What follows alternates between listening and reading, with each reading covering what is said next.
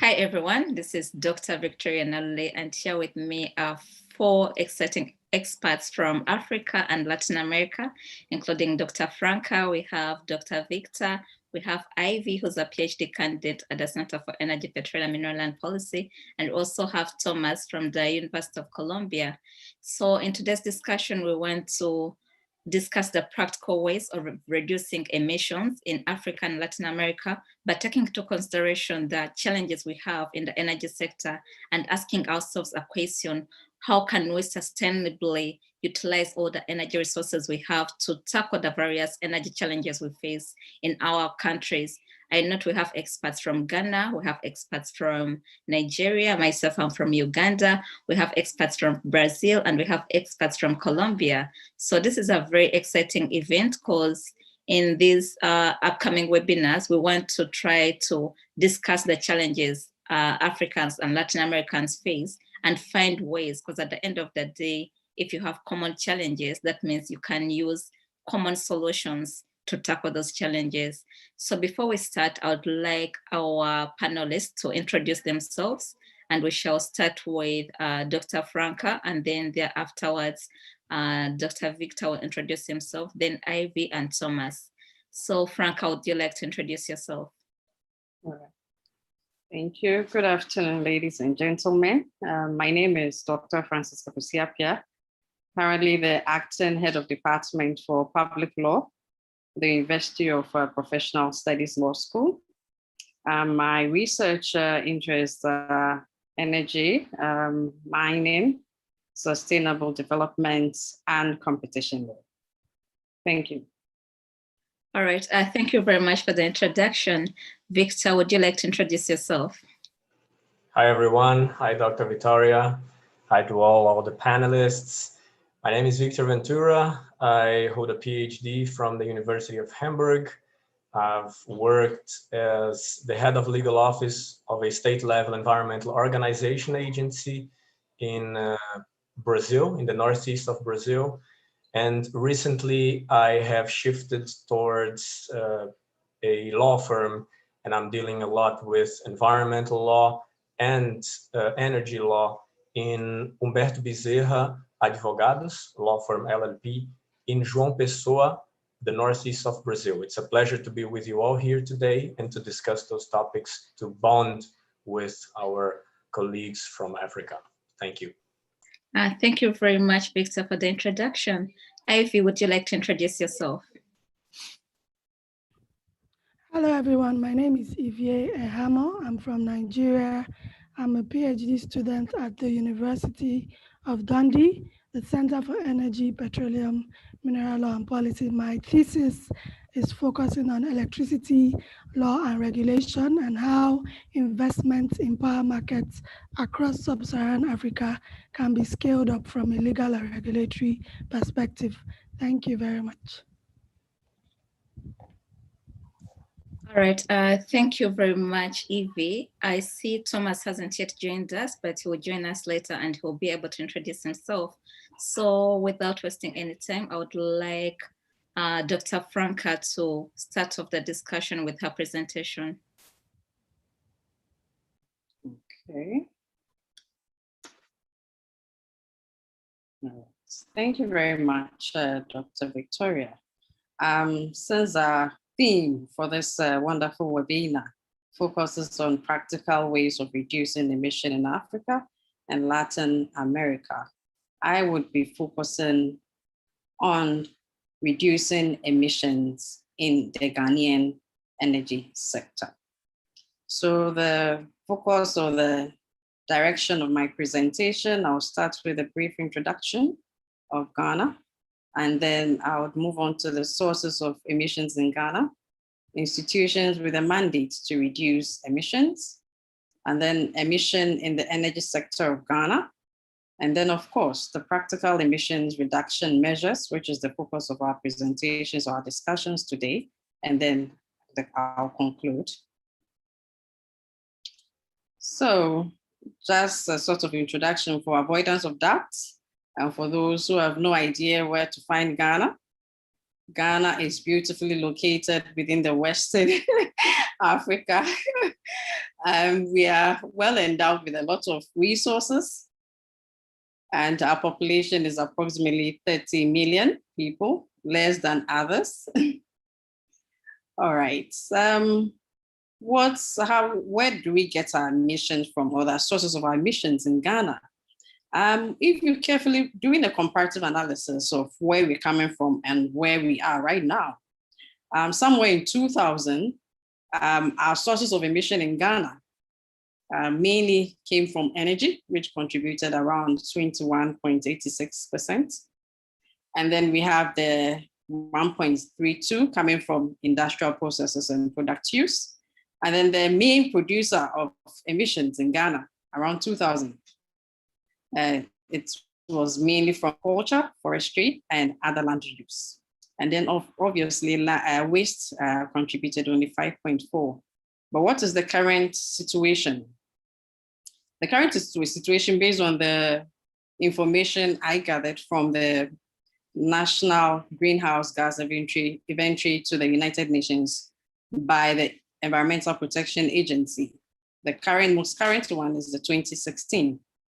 So as of 2016, it looks like energy has taken quite some advancement in terms of its emissions as compared to 2000, because now we have 35.6% of our sources of emission coming from energy. And you could see that the contribution of agriculture, forestry, and other land use has reduced from 71% to 54%. Now, to have a good understanding of the rest of our discussion, it is important that you have a fair idea who has the mandate to reduce emissions in Ghana or in the energy sector. Now, obviously, the policymakers, I would have to start with the policymakers. And for Ghana, our policymakers, particularly in the energy sector, we are looking at the Ministry of Energy, and then the Ministry of Environment, Science, Technology, and Innovation, and obviously the answer to the president. So at any point in time, it is the directive of the president that would almost always be carried out by these ministries. And then they are supported by the regulators. Most of the regulators are not independent. It's only the Energy Commission. Energy Commission is actually also not a bit so independent to speak, if you look at the structural means of appointing the various heads. So Energy Commission, Petroleum Commission, National Petroleum Authority, they are the regulators. So Energy Commission, we are looking at the regulator for electricity. We are looking at the regulator for renewable energy. Petroleum Commission deals with upstream, whilst the National Petroleum Authority regulates downstream. So in terms of supply, marketing of petroleum products, you would have to resort to the National Petroleum Authority. When it comes to any other, apart from these energy areas, we're looking at the nuclear subsector. So over there, we have the Nuclear Regulatory Authority, but it's answerable to the Ministry of Environment, MISTI. And then obviously, EPA cuts across all areas. Before you carry out any activity within any of the energy sectors, you need to carry out environmental assessments, impact assessments. And obviously, it's EPA you have to answer to. So EPA cuts across all the various sectors, energy sectors. But in order to carry out those various policies, which focuses on climate change, some institutions have set up units or divisions to focus mainly on climate change. So we have the Energy Commission being the lead regulator in terms of reporting on climate change issues in Ghana. So the Energy Commission have their own division called the Energy Efficiency and Climate Change Division. And then obviously EPA has the climate change unit, and it works along with the oil and gas department because we are discussing energy sector. Okay, that being said, we know our sources where we are getting our emissions from. Within the energy sector, where are we also getting our resources from in terms of the supply? Oil, biogas, hydro, natural gas, solar supplies our main energy needs in Ghana. And you can see that for a while, biomass has been the main supply of energy in Ghana. Measures as I go along, I'll discuss measures being taken to help with emission reduction in that regard. But hydro was actually our main supply of energy until recently as well. And you can see gradually natural gas is also being introduced. And then obviously solar, you can't even see the solar very well. So it's very small in terms of percentage, less than 1%. Okay. Now we know most of emissions are coming from energy, but in terms of energy, we have different components that make up our energy sector. So when you talk about the energy sector contributing to emissions, you break it down further. You would have the energy industry. Here, the energy industry, we are focusing on electricity generation, okay? And then we have the transport aspects within the energy sector. Here, we're also focusing on the fuel type use. So if you have a careful look down here, the transport emissions, you see that road actually contributes a large chunk, 84.37% of the emissions when you come to the energy sector. And obviously here, electricity generation is contributing 92, which is quite huge. Okay, so from the other graph was not really clear. So in order to generate a better indicators of the components of energy sector emission contributors, here we have electricity generation, transport, and then the domestic and then the industrial consumption. When we talk of the domestic and industrial consumption, we are running back to the use of biomass. Here in Ghana, we have a lot of people using firewood and charcoal. So under those ones, they will fall under the domestic and industrial consumption to prepare food. Okay, so since electricity generation contributes a large chunk of emissions in Ghana, we should also have a look at the components of what really goes into our electricity generation, the sources. So from this particular graph, you can see that thermal energy, currently, this is information from the Ghana Energy Commission. This is a very current 2021 National Energy Statistics. And you can see that the 2020, we had thermal power plants contributing 69% of our electricity generated, as compared to hydro 29.9. And then the recent introduction of renewable energy is contributing 1.1. Looking back 15 years ago, you'd realize that it was the other way around. Hydro was contributing 68% of our electricity generation. And then thermal was just contributing 32, but it's now the other way around. Thermal is contributing 69. So obviously you can see that is why energy sector is now contributing very high when it comes to emissions. Okay, now the other aspects, apart from electricity generation, remember I pointed out the fact that transportation fuel and then the domestic and industrial consumption were the main other contributors to emission in the energy sector. So here is because of the increased number of vehicles. Everyone wants to own a vehicle. Nobody wants to use public transport. So there's a huge demand or high demand for fuel for vehicles. And Ghana, we mainly use diesel, gasoline. And then obviously our airlines also use the aviation turbine kerosene. We are only recently introducing the LPG for vehicles. So the liquid petroleum gas for vehicles, that's what we are introducing now. But it's not really highly patronized. And then when you come to the domestic industrial consumption, We have the wood fuel consumption, which is, as I already pointed out, a lot of our rural areas, they like to patronize or use firewood because, see, if you are in the, how do you call it, the urban areas, you'll be forced to purchase electricity. But I live in the rural area, I can just walk into a forest, collect firewood without paying anything. Why should I pay electricity? So it's cheaper to use firewood and then charcoal. So it's a bit difficult convincing the consumer to switch from not paying anything at all to paying something. So we still have a large chunk of the population using firewood and charcoal. Now, what are some of the practical ways of reducing emission?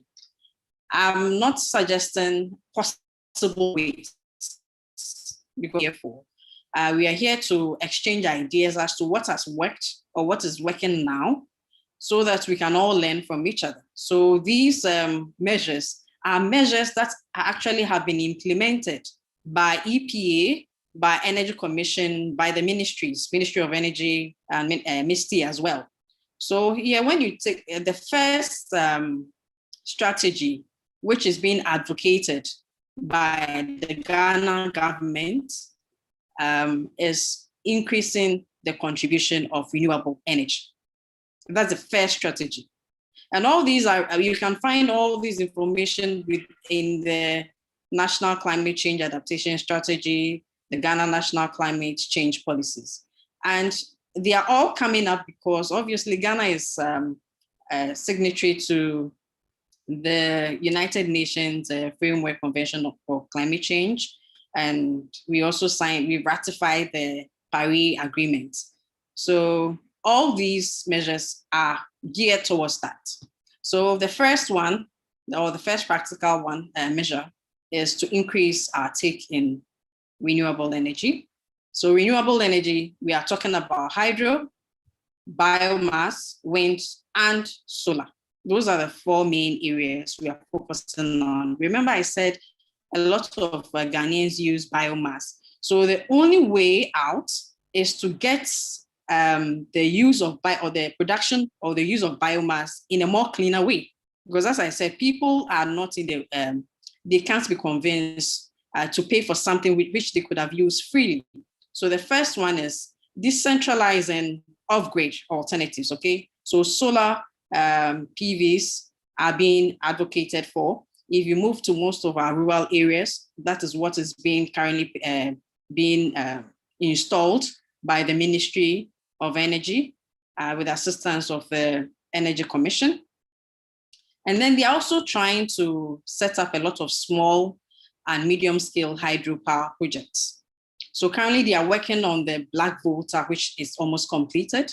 So other river bodies are being also, we have small-scale power projects being set up over there, the Ankobra, Tanopra rivers, and the Uti. And then balancing biofuel developments. Because Ghana, one of our major sectors is agriculture. And if you can remember from our previous slides, a major contributor of the emissions also comes from what? Agric. So is there any way we could actually use biofuel to support our energy supply? So we are, Ghana currently is focusing on development of biofuel, but it always has to balance it out with food security. It became more prominent during the shutdown because you're not going to get any food supplies from anywhere on the continent. So you would have to make sure you are balancing out. In as much as you're promoting biofuel, you are ensuring that there's also what food security.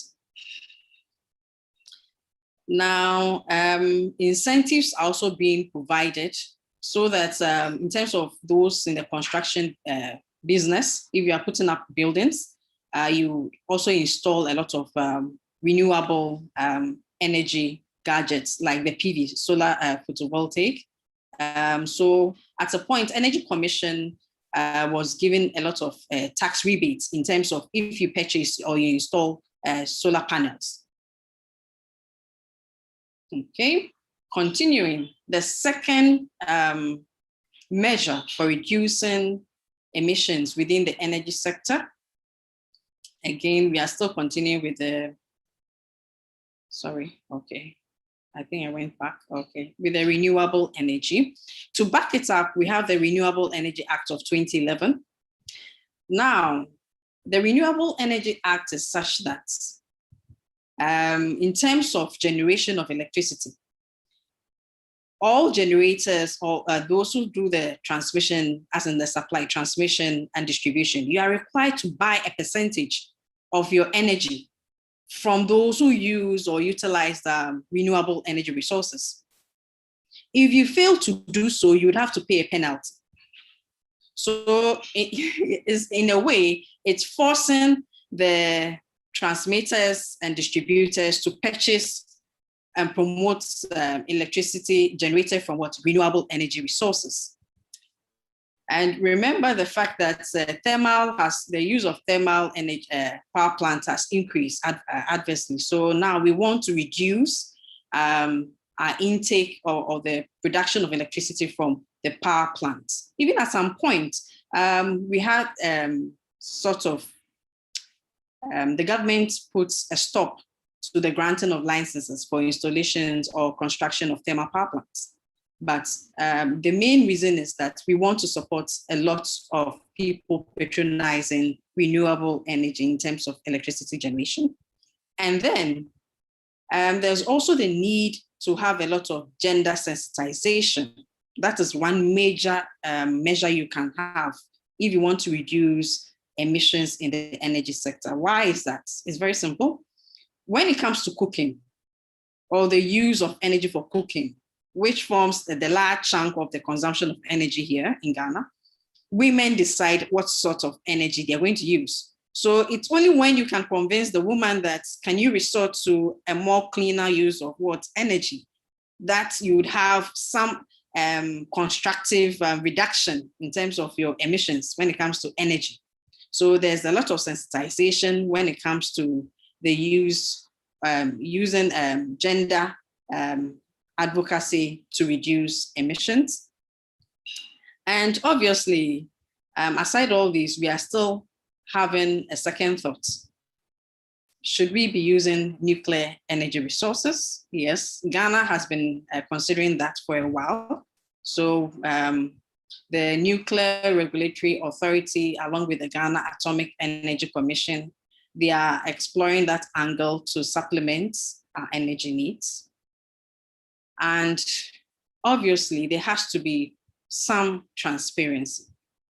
Even if you are reducing your emissions by introducing or promoting renewable energy resources, if you don't account for it, we would not be able to tell how far we've gone. So there's the need to have some sort of accounting system in place.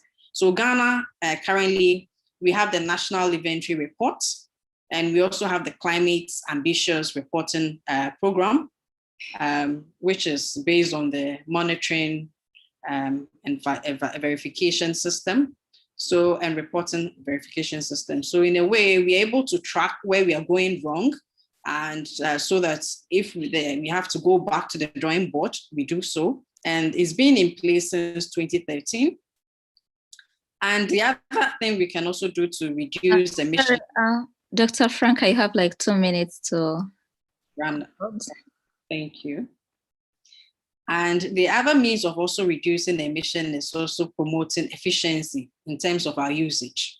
Okay, so efficient use of energy, reducing gas flaring, particularly when it comes to the production of or extraction of petroleum, oil, and gas. So in conclusion, we cannot solve all these problems in terms of promoting the use of renewables, promoting energy efficiency, ensuring there's a gender diversity in terms of usage of energy, without actually having some regulation in place. So as I pointed out, we have the Renewable Energy Act in place supporting it. We need to also build capacity and the need for technology. We need technology to be able to measure our emissions and do proper reporting.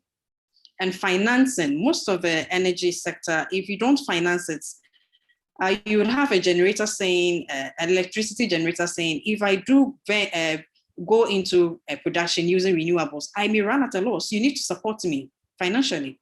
So they have rebates. So there has to be the finance aspects. Collaboration, local, international is required, and availability of relevant information as to where we are, where we're going, and not just placing technical information which cannot be understood by the people. And obviously, we need to educate the general populace in terms of how we can reduce our emission. So in brief, these are the practical measures Ghana has been using to reduce emission in the energy sector. Thank you very much. All right, thank you very much, Dr. Franca. We shall go ahead and hear from Dr. Victor and his presentation. Thank you, Dr. Victoria. Dr. Franca, fantastic presentation. I was very pleased to see that we do share a couple of challenges, and at some point there are, particularities that each country has. I prepared a presentation. I'm gonna dash through the slides so we can have some time for some questions and answers. I would, try or love to interact with the presentations from both of you and Tomas, who I see has also joined us. And here we go.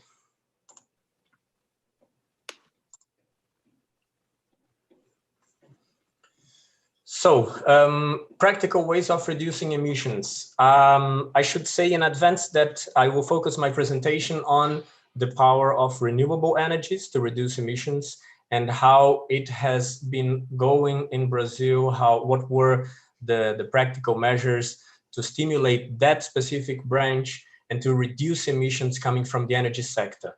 The outline of my presentation is very similar to the one adopted by Dr. Franca, in a sense that we leave from the global and reach out to Brazil, and then specifically within Brazil, we discuss the energy, the emissions from the energy sector, right?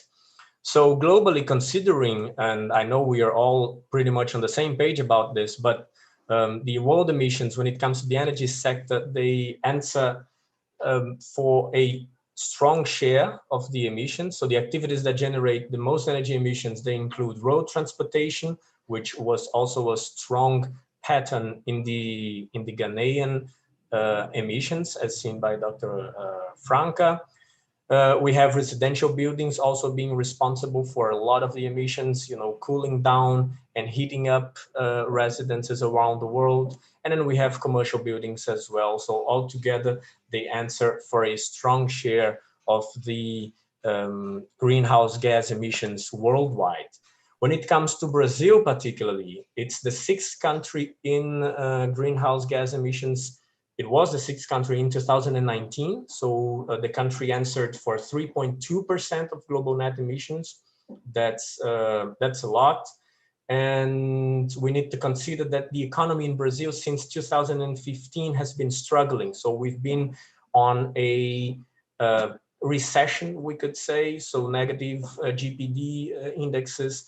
And despite that, the emissions are still growing. So that's a problem, which decouples emissions from the industrial activity, which has been reducing in the country. And we will see why exactly. The country also has a larger share per capita of emissions in comparison to the rest of the world. So we have 10.4 tons of CO2 equivalent per inhabitant in Brazil, which is above the global average of 7.1 ton of CO2 equivalent emitted per year per person. And then we have the annual report of the Brazilian Climate Observatory, which indicates an increase in carbon dioxide emissions of almost 10% in 2019 in relation to 2018. That, ladies and gentlemen, it's the first year of the Bolsonaro government. So we have a far-right president currently in Brazil with very radical views when it comes to environmental conservation. And in 2019, the CO2 emissions have skyrocketed almost 10%, and we will see why that has happened. It's because of land use and agriculture.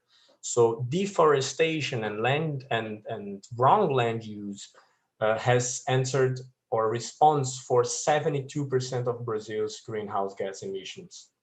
That's a picture of São Paulo, the largest city in South America, so battling with Mexico City. Since we're discussing emissions, it's important also to understand just quickly some of the main controversies around the Brazilian NDC concerning the Paris Agreement, the Brazilian nationally determined contribution to reduce emissions. The country presented an NDC in 2016, and then last year, December 2020, we also presented the second NDC, and the second one was much less ambitious than the previous one. So in the document from 2020, the emissions neutrality by 2060 is not a commitment as it was in the previous document, it's just an intention. So it lacks this bindingness. And the official text is also vague and presents only just an indication of neutrality by 2060. The absolute targets of Brazilian emissions have been reduced. So we went down from aiming to reduce to up to 1.8 gigatons of CO2 equivalent by 2025 to 1.3 gigatons. So it's in percentage, we have a significant share also when it comes to long-term or to medium-term goals, such as 2030, there has also been a reduction. So the way forward we should be discussing now is basically focused on two axes. One, reduce deforestation, and second, invest on renewable energy sources. So when it comes to the Brazilian energy sector, it would be interesting, to make this comparison with what Dr. Franca presented. So the energy sector in Brazil is responsible for 19% of emissions. So it's not extremely high, so the share is reasonable. When we consider China, the US, India, Russia, so other major players around the world, we have approximately 2/3 of the emissions resulting from fossil fuels, so mainly for power generation, transportation, and industry. And in Brazil, we have the reverse. 2/3 of our energy sector emissions, they result from land use. So it could be said that the country has a relatively clean energy generation. So I brought this graphic here so we can have a clearer picture in which we can see in the left column on the Brazilian side, the share of energy produced via renewable resources is 45% in comparison to the whole matrix. And when we take a look at the world's matrix, then we have a much less production of energy from renewable resources, just 14%. Those are data from 2018, which I extracted from the Brazilian Climate Observatory report from 2019. One of the possibilities that we have ahead, so each country is creative enough in drafting its own alternatives. So one possibility is biofuels. Brazil is relatively advanced when it comes to biofuels because it tackles transportation emissions, it stimulates the production of ethanol, and ethanol is relatively cheaper when it's compared with gasoline and other sorts of diesel and fossil fuels.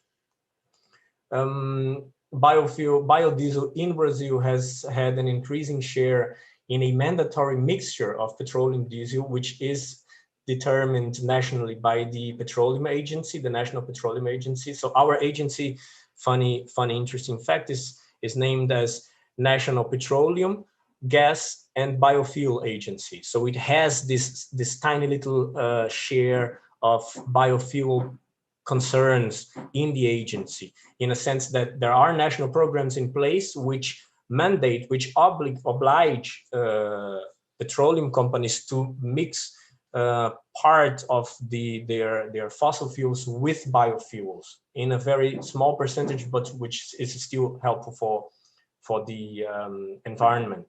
And then we have had a very interesting innovation when it comes to the carbon credit market in Brazil.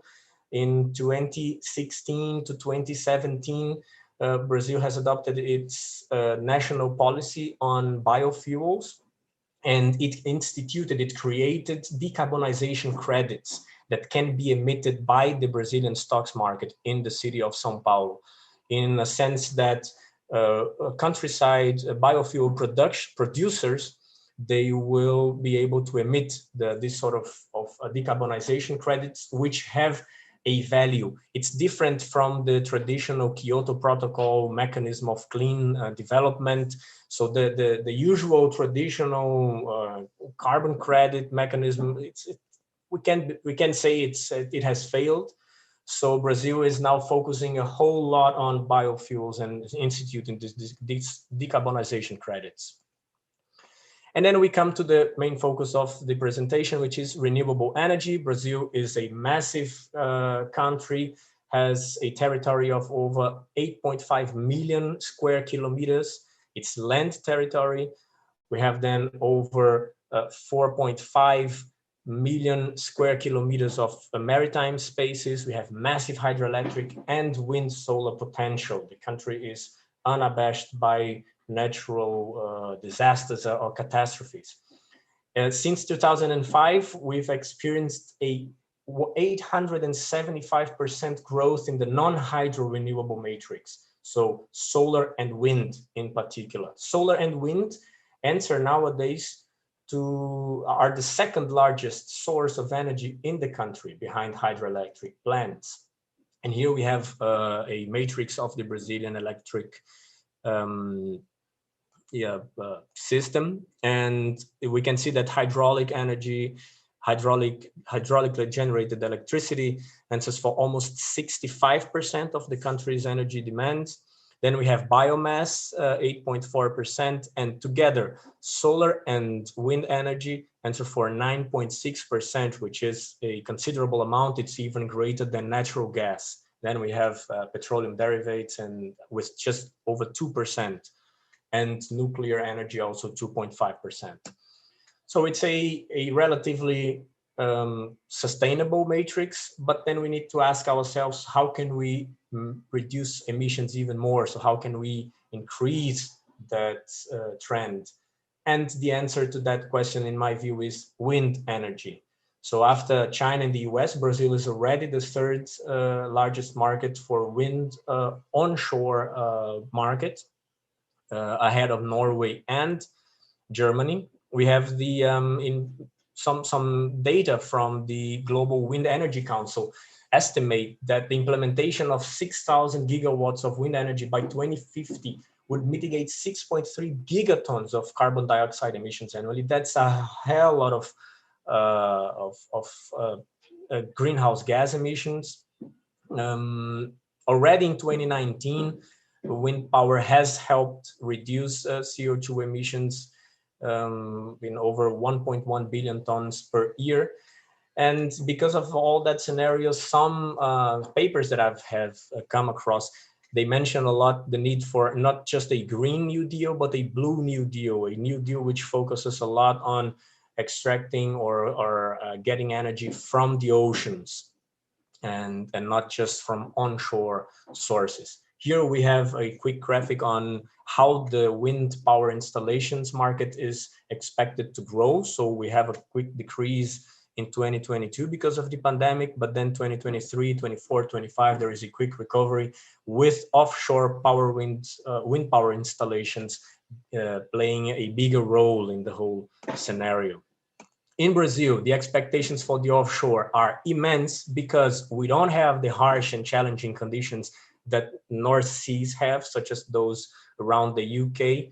We have calm seas, shallow continental shelves, and good land logistics. Could be increased, but it's relatively good, so it won't be an obstacle to developing those projects.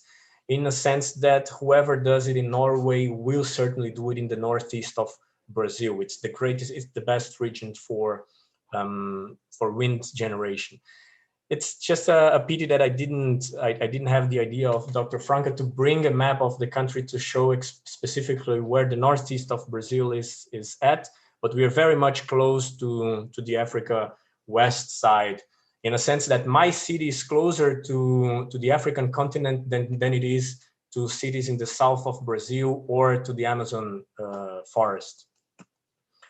We have also a lot of political stimulation. So the governance of wind energy. Sorry, Dr. Victor, 2 minutes to go. All right. I'm gonna speed up. So we have a decennial, the energy expansion plan for the decade of 2020 to 2029. So 10 years from now, which expects to increase the role played by wind energy in the matrix of Brazil. And then we have the regulatory challenges, right? Which were also pointed out by Dr. Franca.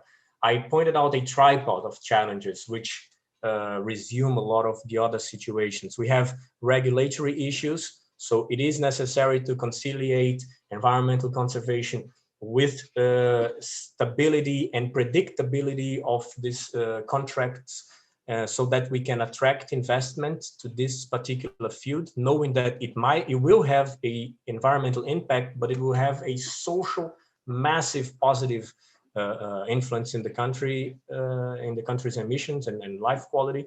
We have the need for a national industrial policy to stimulate the production of this kind of equipment within the country and not just being dependent on external markets. And then we have the capacity building and the need for training for specialized workers in this field.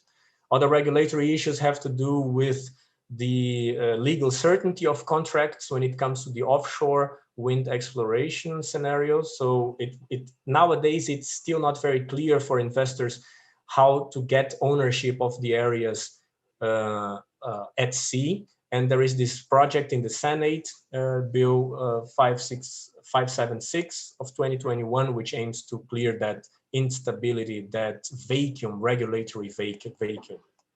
Also, the need to involve a lot of the affected stakeholders, agencies, affected society organizations, civil society, regulatory agencies, all in the aim to create a clear system to grant the right to use areas at sea and thus stimulate the expansion of that particular branch.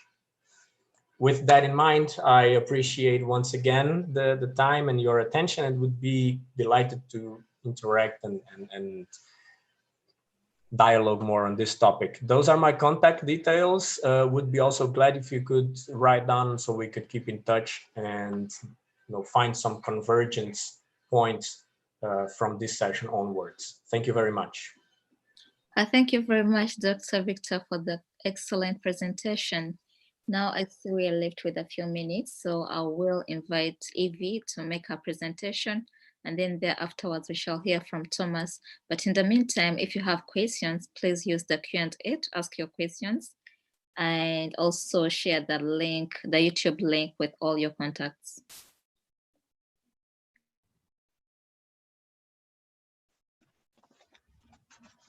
Can everyone see my screen? We cannot hear you, yeah. Okay. Hello, everyone. Can everyone see my screen? Yes, we can see the screen.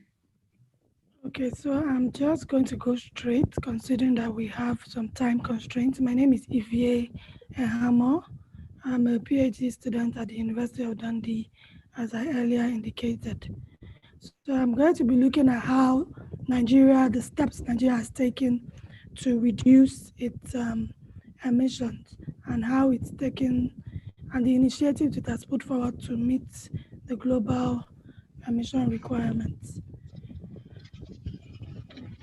So I also looked a bit about what's happening globally.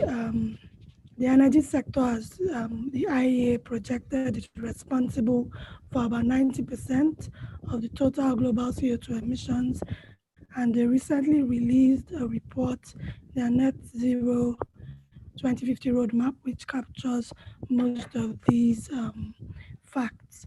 Of course, government policies are key to address affordability concerns, especially when you're dealing with countries in the less developed climes. A lot of people are unable to afford cleaner sources of energy, which Dr. Franca alluded to in terms of clean cooking sources. And we'll look at that as we go on. So where does Nigeria stand in the race to net zero? Nigeria is Africa's, I don't have a map as well like Dr. Franca, but I would just speak to it. Nigeria is Africa's most populous nation. Is expected to grow at an estimated average annual rate of 5% by 2030, which means by 2050, Nigeria is set to become the world's third most populous country. So that shows the scale and enormity of the size of the population and the energy needs. At present, Nigeria has an installed, in terms of electricity access, an installed capacity of just 13,000 megawatts. So we still have a long way to go, but steps are being taken by the government to increase that capacity. According to the Federal Ministry of Environment, it was postulated and shown that Nigeria's emissions have increased by 11% between 1990 and 2017. Again, in comparison with Dr. Victor's case in Brazil, which was just 19%, we can see that Nigeria the case is not extreme. Nigeria was also reported to be the 17th world's biggest greenhouse gas emitter and the second highest in Africa in 2015 by the Carbon Brief. In terms of what sectors contribute most to our emissions, according to the IEA, that's the International Energy Agency, emissions from fossil fuel production and use have increased by 16% since 2015. Now, like I said, Nigerians, or more than a third of Nigerians, lack access to electricity, and instead they rely on the burning of wood, biogas, which makes up the majority of Nigeria's primary energy supply. But I know that the Sustainable Energy for All is doing a lot to promote clean cooking sources, especially for women. They are taking up a lot of advocacy programs to encourage women to use and utilize cleaner energy for cooking. And gas, Nigeria is a country that has abundant oil and gas reserves, but most of the gas is fled.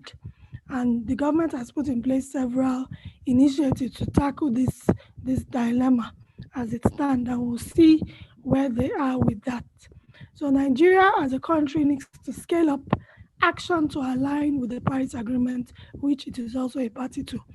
I just want to point out that the main issue we have with Nigeria in terms of meeting its emission targets is because it's so reliant on fossil fuels.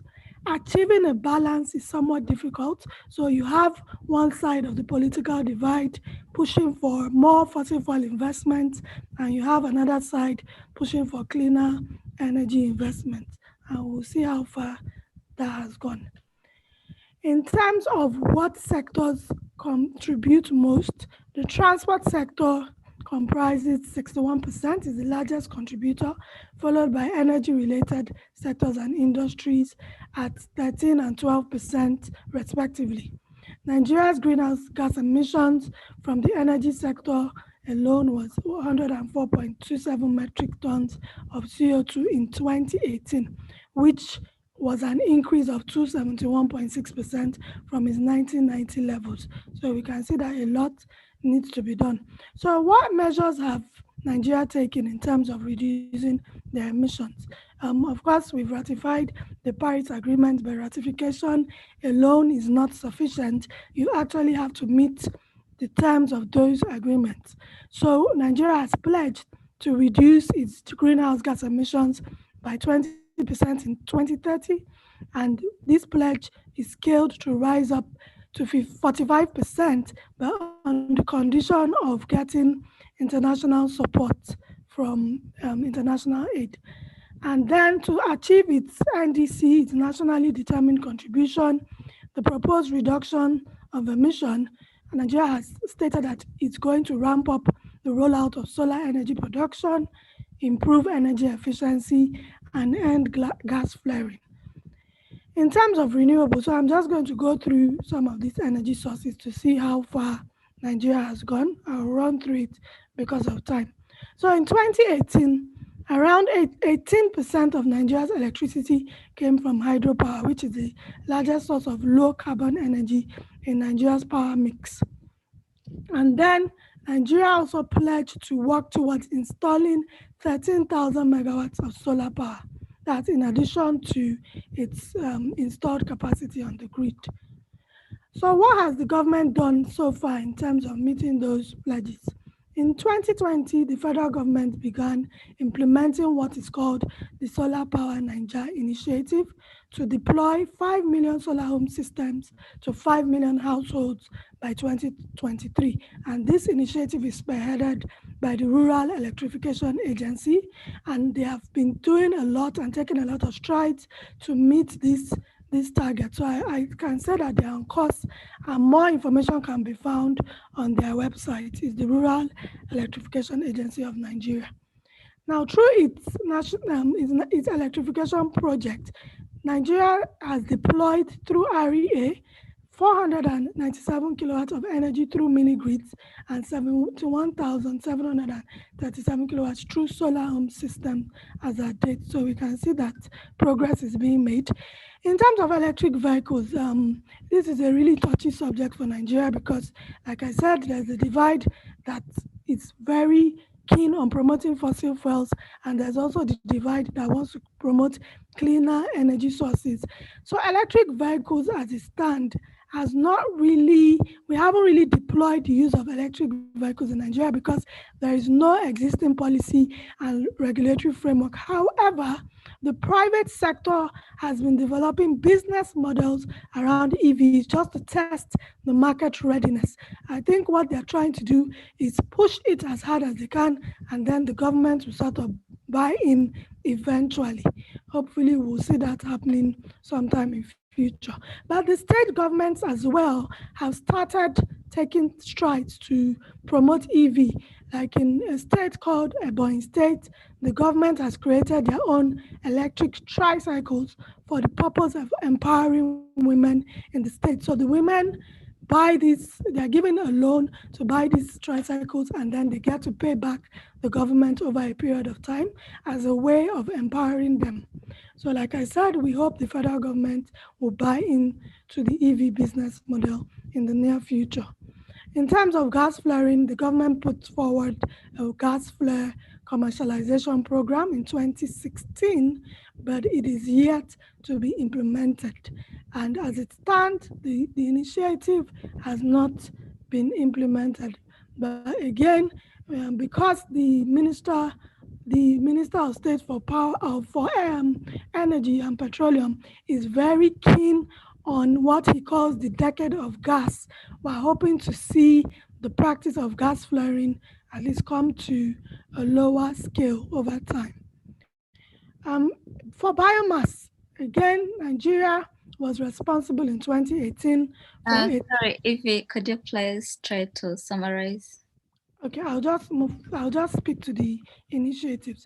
So Nigeria as a country relies, as Dr. Franca also alluded to in Ghana, we also rely a lot on wood for fuel as a major driver. And this has also caused a lot of deforestation in the country, but we're seeing a lot of initiatives through clean cooking measures to help move away from reliance on wood. I'm gonna so in terms of fuel combustion, the government also put together a national gas expansion program, and one of the features of this program was to encourage the use of compressed natural gas as a fuel of choice for transportation, and additionally deployment of LPG as a fuel of choice for domestic cooking. In terms of agriculture, the country was responsible for 13% of total emissions in 2014, based on the release of methane from animal rearing. But the government has put together a framework to encourage climate-smart agriculture through improved technology, advocacy, and of course, best practices. I'm going to skip this because I've mentioned deforestation. And one of the things the government is doing is the president in 2019 committed to mobilize Nigerian youths towards planting 25 million trees to mitigate the effect of climate change. And this commenced in 2020. In terms of climate finance, Nigeria was the first country to take part in the Climate Finance Accelerator Program, which is an initiative that is backed by the UK government, helping countries to transform their climate pledges into climate investment plans. So there's really no excuse for us not to move with the times in terms of achieving net zero by the anticipated deadline. Of course, what I put at the end is what I'm going to say. It's important to always bear in mind that not all countries start the race at the same starting point. So for Nigeria, what we might see is a case of the government investing in fossil fuels and using the revenues from its investment to invest in cleaner energy sources. So almost like a balance of those energy sources. And although concrete policies are not in place, the government is taking steps to put forward climate mitigating initiatives. And the last point I'll make is that ultimately 3 key factors as identified by the IEA are key in achieving the emission targets. We have to make the most of existing clean energy options. We have to innovate in advanced technology. And then, of course, we have to reduce the use of fossil fuels. How that will play out for Nigeria is unknown, but we hope that with time, we'll be able to achieve the targets at hand. Thank you very much. Thank you. Thank you very much, Evie, for the brilliant presentation. I think we shall move on to Thomas. Evie, would you like to stop your slide, please?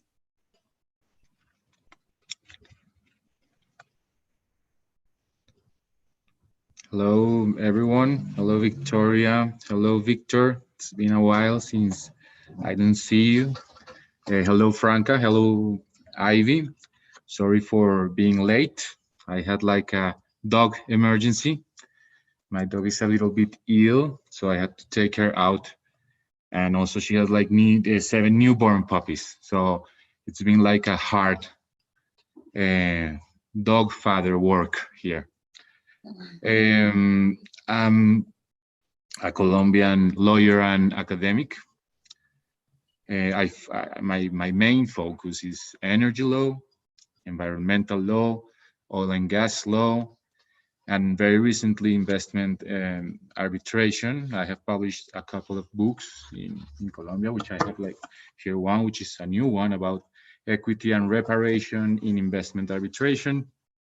I had the chance to study my PhD in Germany with Victor Ventura in Hamburg.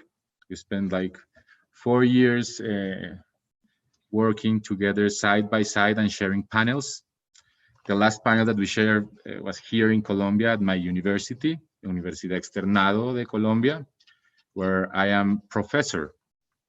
And also I have my own practice, and yeah, I think I have like a good experience in these topics. Would like to thank Victoria for the invitation to this webinar and to the other participants. I feel this is a great opportunity to learn from each other. I guess Brazil, Colombia, and Sub-Saharan Africa share a similar geopolitical position that makes it worth to start and continue this south-to-south conversation. Now I'm going to share my slides. Here it is. Yep. I think now you can see my slides if I'm not wrong, right? Yep. Yeah. Okay. So my English is not perfect. It's far from being perfect. And I make several mistakes. So please feel free to ask me to repeat or rephrase in case you don't understand me. Well, I have prepared my speech of reducing emissions in Colombia in 3 parts. I depart from a personal professional experience, then I provide some figures that determine the contribution of Colombia to global warming. And finally, I conclude suggesting in which way I think Colombia, or suggesting which way Colombia should take in this regard. Last year, I had the chance to lead a project for Grupo Energía Bogotá, that's Bogotanian Energy Group, which is the owner of most of the grids and gas pipelines in Colombia, and also has operations in Brazil, Guatemala, and Peru. It was about strategies for reducing emissions of course, in their operation. The products I had to deliver in this consultancy were 3 products. A climate change corporate policy, a climate change strategy based on regulatory incentives, and a study on the legal aspects of reforestation. Of course, all of these documents were regarding the company's operation. As our conversation is about energy, I will not make any comment on the third, on legal aspects of reforestation. I will focus in the first and the second product, climate change, corporate policy and strategy, and regulatory incentives.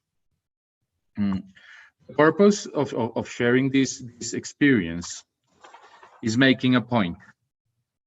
Corporations are key stakeholders, if not the most important stakeholders in lowering emissions, and they need to adapt their corporate structure and strategies to this end. However, this reduction has to be possible and in line with the corporation's business.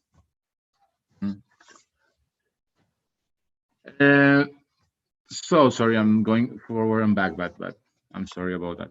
So the methodology that we used to draft the corporate climate change policy was threefolded. On the one hand, we did a benchmarking comparing climate change policies and strategies from more than 15 transnational energy companies similar to the Bogotanian Energy Group. On the other hand, we have done research based on industry reports and academic literature. And thirdly, we have filtered this information with the operation and the context of the company.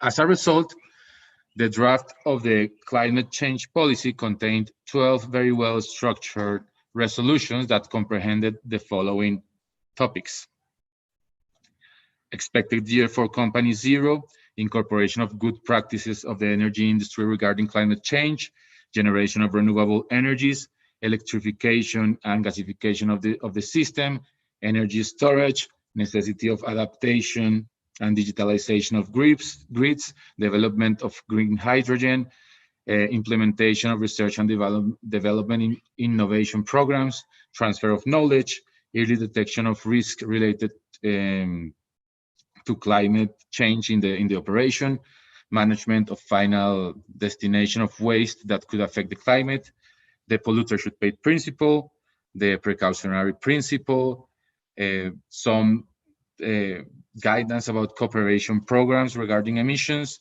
the need to harmonize the management of emissions with other interests, and specifically for this company, reducing fugitive gas emissions. There was also like something of e-mobility, but not much. As regulatory incentives in Colombia apply to the operation of the company, we found the typical that you find like in any country, like tax and customs fees, exemptions and reductions, as well as the possibility of issuing bonuses for emissions reductions. To be more specific, for renewable energy, the company was allowed to a 50% income tax deduction on equipments related to this kind of energy, as well as to customs and VAT exemptions, in addition to the possibility of accelerating the depreciation of these assets. In the same line to what happens with the equipment related to the generation of renewable energies, there is we found a 50% tax deduction in the equipment related to energy efficiency projects, specifically on greenhouse gas reductions. It is possible again to obtain VAT exemptions. Besides, greenhouse gas reduction projects could be materialized in green bonuses, mirroring the clean development mechanism of the Kyoto Protocol, and also give the right to the company to claim carbon tax waivers. One of the most valuable suggestions that I received from the company when I presented the draft of the products that I just mentioned was the need to frame the analysis within the Colombian geopolitical position before global warming. I'm saying this to make a second point. Any corporate analysis of climate change should be done in context with the country where operations takes place. If not, it might be, or it might face the risk of importing models without the proper filter, which I dare to say happens frequently in our countries. In this regard, Colombia has a very, very, very clean energy mix. Because of our geography and natural resources and richness, I would say, 77% of Colombian energy comes from hydropower, which, although is a conventional energy, it is a clean source. Additionally, Colombian electric power consumption per capita is far below industrialized countries and below the average of Latin American countries. While consumption per capita in Brazil, Victor, is 2,964 kilowatts per hour per capita, in Colombia is 1,494 kilowatts hour per capita. While consumption in USA is approximately 13,000 kilowatts hour per capita, in Colombia is 1,494 kilowatts hour per capita. This is almost 10 times less. And please pay attention to this. Colombia's contribution to climate change is around 0.5% of the world total emissions. This is around 236 million tons of emissions per year. This figure is almost irrelevant in a global scale. Where this contribution comes from, I'm sorry the facts are in Spanish, but I'll explain. 33% of total emissions are related to deforestation and mismanagement of land, which is the portion of the cake that you can see in light green. 22% of total emissions come from agriculture and cattle, that's the pale green. Transport contributes with 12%, which is the orange portion, and the energy and mines industry represent only 40% of the cake. So the contribution of the Colombian energy and mines industry to global warming would be only 0.07%. So, conclude, Colombia's contribution to climate change is not significant. Colombia's energy and mines industry contribution is not significant. Colombia should focus mainly in protecting the forest and turning to clean transportation to reduce emissions. Colombia should focus in adapting to climate change instead of preventing. Then, why Colombia should be part, you may ask, then why Colombia should be part of the energy transition? Well, I think there are good economic reasons. There is a whole market to explore and enlarge.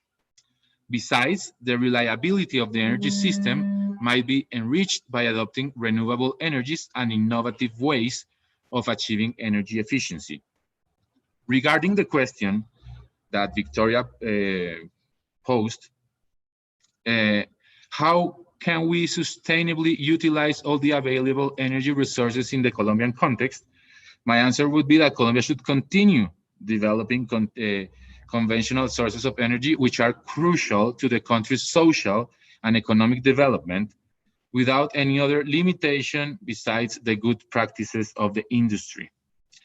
That is why, when drafting the climate change policy of the Bogotá Energy Group, I'm coming back more or less to the first part of the presentation, while promoting new ways of producing energy, like renewables, we agreed with the group on the fact that the lowering of the emissions should be compatible with other interests, like energy security, affordability, development, and protecting the interest of shareholders. So, for example, we conclude that we won't renounce to exploit the very attractive potential of natural gas that the country has. I think this is fair. This is a fair solution, given that the position that Colombia occupies in the world regarding global warming doesn't represent an important contribution to the problem. And yeah, that's it. So thank you very much for listening. I think I made it like within the 10 minutes, right? Yes. Yes, you did. Thank you very much for the brilliant presentation, especially the last part. So I don't see any questions from our participants, but I'll ask just one question. I don't know if Victor has left us, because I think he was leaving us soon. Yeah, I think it's still on. So the question is like what Thomas has mentioned, if you look at countries like Colombia, which are not emitting a lot, and also you look at the energy challenges in these countries, so there is that need for some countries like Ghana, Uganda, Nigeria, Colombia, and Brazil to meet the energy demands, also to ensure economic development. But we're also looking at the global move to transition to a low carbon economy, where even if there is no political will for most countries to leave their resources in the ground, we're seeing some consequences like a decline in investments for fossil fuels. So either way, the global move is going to affect us, whether we like it or not. So in this respect, I just have one question to all the participants, to all the panelists. So how can we get the political will from the governments themselves, our respective governments, to utilize all the energy resources, including obviously both fossil fuels and renewables, but then at the same time invest more in technology, because we also have to convince the investors. They're the ones who have the capital, these international investors, they're the ones who have the capital. So at the end of the day, if we are to utilize all the energy resources, we need advanced technology that can ensure that we utilize the resources in a cleaner manner. So the question really relates to political will. Do you think there is a necessary political will in your respective countries with respect to reducing emissions, but also utilizing all the available resources? I'll start with you, Victor, since you're running out of time. Thank you, Victoria, and I appreciate the deference. I really need to leave our session in a couple of minutes, but your question is, it's crucial. You just put the finger into the wound very deep, because yeah, we have to see the energy transition matter as a multi-sectoral matter. So it needs to be tackled by different public policies at the same time in place, stimulated by the government, by the state, and having the other stakeholders at the table at the same time. So discussing the matters with the productive sector, discussing regulation and discussing the impacts that kind of energy transition measure will have with the private sector and with NGOs, non-governmental organizations, and other interested citizens. So the greatest challenge is to face the challenge of energetic transition as a multi-sectoral challenge and not just a one-sectoral affair. So not just stimulating a particular technology transfer in one single branch, but stimulating, for instance, the production of knowledge in national universities. So right now in Brazil, what I see is a lack of strategic vision when it comes to those different sectors that interact with energy transition and lowering emissions. So it's not just adopting or shifting to wind energy, is creating the ground for the shift towards renewable energies to be sustainable. So investing in knowledge production, universities, technology centers. We don't have it nowadays in Brazil. So the economic crisis has had an effect on us. It's at the same time stimulating or reducing that kind of emissions that can be reduced, such as deforestation. It takes strong public policies and monitoring, keeping agents on the ground, constantly doing this sort of monitoring. And most importantly, it takes bringing or convincing government officials and politicians of the benefits that this could have, also in terms of voting for them, if the country has at the same time the opportunity to shift to a cleaner matrix, and at the same time keep up with the energy demands, be consumer friendly. So it should not be faced as a zero-sum game. It's not a zero-sum game. It must be faced, it must be interpreted as a game, I mean, as a calculation that can lead to better conditions for those sort of developments in this energetic market, and at the same time less costs for the population and less environmental footprints. That's what I could say. I don't see right now in Brazil the ground for this shift to happen. I don't see this strategic vision in place, although it's not all lost. So we can still bring the discussion to the table and combine and coordinate these policies in the different sectors that I mentioned. All right, thank you very much, Victor. Franca, 2 minutes, please. All right, thank you. Yes, for Ghana, I would say currently the government has the political will, and it has actually set in motion the platform where a lot of the stakeholders are collaborating. So we have EPA collaborating, we have the research institutes collaborating, we have the academia always giving feedback in and all that. However, there's always a challenge when it comes to meeting up with what the general public really needs in terms of meeting up with energy security, especially if you're a government in power, especially when it gets into elections. As much as you want to ensure that there's a greater portion of renewable energy in your energy sector in order to reduce emissions, you also have to think of the fact that there are people who are demanding all the time energy access.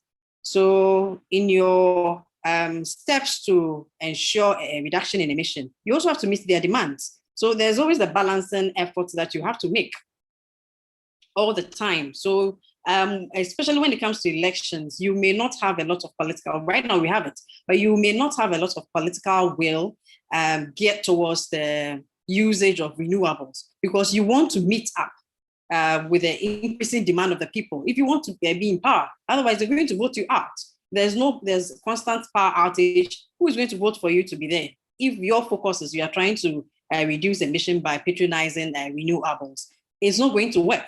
So as we stand now, Ghana, yes, we do have, the government has a lot of political will and is reflected in the collaborations undertaken by all the institutions and the university and the research centers and all that. But when it comes to getting to election time, you see that there's a drawback in terms of the political will. So that's my short answer to that. Thank you. Thank you very much, Franca. That is really brilliant, especially if you're to think about politicians who actually make these policies and implement, because it's one thing to have the policies on paper, but implementation is also very key. So Thomas, 2 minutes, please, with respect to the political will in your country to transition to a low carbon economy, but also to be able to employ clean technology to utilize the available fossil fuels.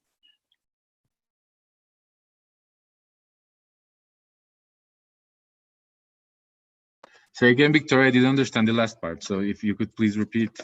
It's about the political will in Colombia to transition to a low carbon economy. Is it there, in your opinion? Yeah, I think it is, but I think it comes more from the private sector than from politicians. I think politicians see it as, I would say they don't see it like as a priority in my country. And it's, I mean, it's natural because of the geographical and natural conditions that and energy and the energy mix of Colombia. As I told you, like 77% of Colombia's energy matrix is hydropower. The government want to achieve 22% of renewable energies, like we say non-conventional renewable energies, because hydropower is renewable energy but conventional. The government want to reach 22% in 2022. So if you add 77% that is already hydropower to 22% of renewables, it would be like almost 100% clean energy. So there is a political will, but I think it's more the private sector that is trying to promote this increase in renewable energies because it is a new market. We have like a green party that of course wants to promote renewable energies. We have a right and ultra right party that doesn't want to promote renewable energies. I think that's a typical scenario in all of our countries, like the right-wing parties protecting conventional ways of energy and the green parties trying to push forward energy transition. What I think is that it would be like kind of silly not to get into the energy transition because of having this like clean energy mix. And the reason is that, and I think you might share this thought, is that we were late for industrial revolution. You know, we were kind of late. We were also a country that was colonized, and we were like a third world country, non-developed country, and so we were late for industrial revolution, and we were, I would say, we were also kind of late for digital revolution. So the question is that if we're going to be late for this green revolution, if you look to the West, you can see that the economic strategy of the European Union, for example, for recovering from the economic crisis of Thomas, one minute, please. Could you please? Oh, sorry. I got excited. That COVID generated is focusing on the energy transition because it gives like it provides loads of jobs and innovation and the growth of economy. So I think we should jump into that ship because of that, not because we really need it in terms of international commitments. That was it. Sorry. I think I moved too far from the political will, but yeah. Thank you very much, but you made brilliant points, especially on the issue of not being late with respect to energy transitions. And I'm sure most countries have really initiatives to transition to a low carbon economy. So I don't think we are late, but we just have to be maybe a bit fast. But anyway, Evie, just 2 minutes, please, with respect to the political will in Nigeria. So, like I said during my presentation, it's kind of divided, just like what Dr. Thomas also said. You have people who are pushing for the investments in fossil fuels and those who are pushing for investments in cleaner energy sources. But I know that the government, through the Rural Electrification Agency, has put together what we call a research and innovation hub, which is nurturing innovative approaches to rural electrification. So that's one of the steps they are taking. And one of the universities has actually built an electric vehicle charging station, not for use, but for research and technology advancement to encourage research in that area. So the political will is divided, but I think what will really help is a lot of public engagement at the grassroots level through the middle class and the upper class. And then universities are also key in driving this point home in terms of the clean energy transition. So that's my take. Thank you. All right, thank you very much, Evie. So we've run out of time. And luckily enough, we don't have any questions. And this will be the end of our webinar. Thank you very much, Franca. Thank you, Victor. Thank you, Thomas. And thank you, Evie. So we've been live on YouTube. For people who have missed the video or who have missed the webinar, they can always watch the YouTube video. And also we've shared it on our LinkedIn and other social media platforms. So feel free to share the link with all your contacts who have missed the webinar, and let's stay in touch. I'll be sharing the slides with all our participants. So Franca, Thomas, Victor, and Evie, if you could send me your slides, then I'll be able to send them to all the people who had registered, because we had many registrations, but most people weren't able to make it. So they'll watch the video and then I'll share the slides with them. So this marks the end of our webinar. Thank you very much. And do not forget to subscribe to my YouTube channel, Dr. Victoria Nalule. There are over 100 videos focused on energy and mining in Africa. And now we are collaborating with Latin America so that we can tackle the common challenges we face in the energy sector by employing common solutions. So I thank you very much and I wish you a lovely day. Bye-bye. Bye. Thank you. Bye-bye.